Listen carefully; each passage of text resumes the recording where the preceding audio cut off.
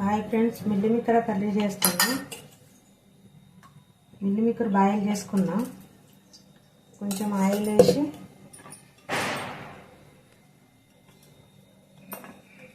Boil చేసినవి oil వేసి కొంచెం ఫ్రై చేసుకున్నాను.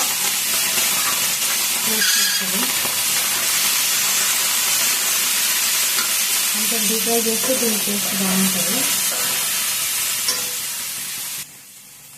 కొంచెం లైట్గా ఉప్పు వేసి డీప్ ఫ్రై చేయాలి. కలర్ చేంజ్ వచ్చినాయి తీసుకున్నాను.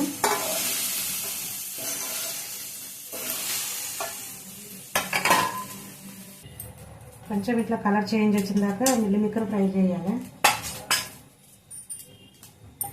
ఇదే గిన్నెలో ఆయిల్ వేసుకుంటాను.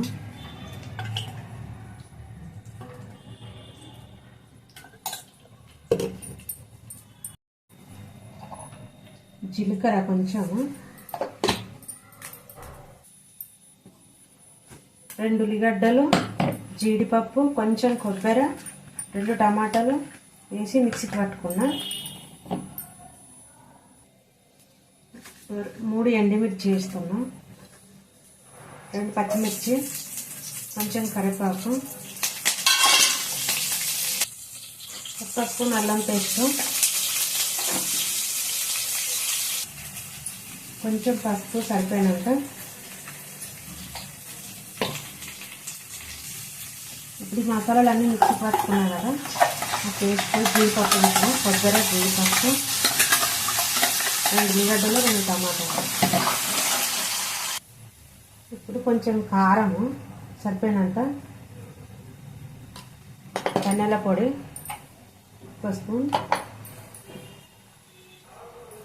ఉప్పు వేస్తున్నాను, కొంచెం గరం మసాలా.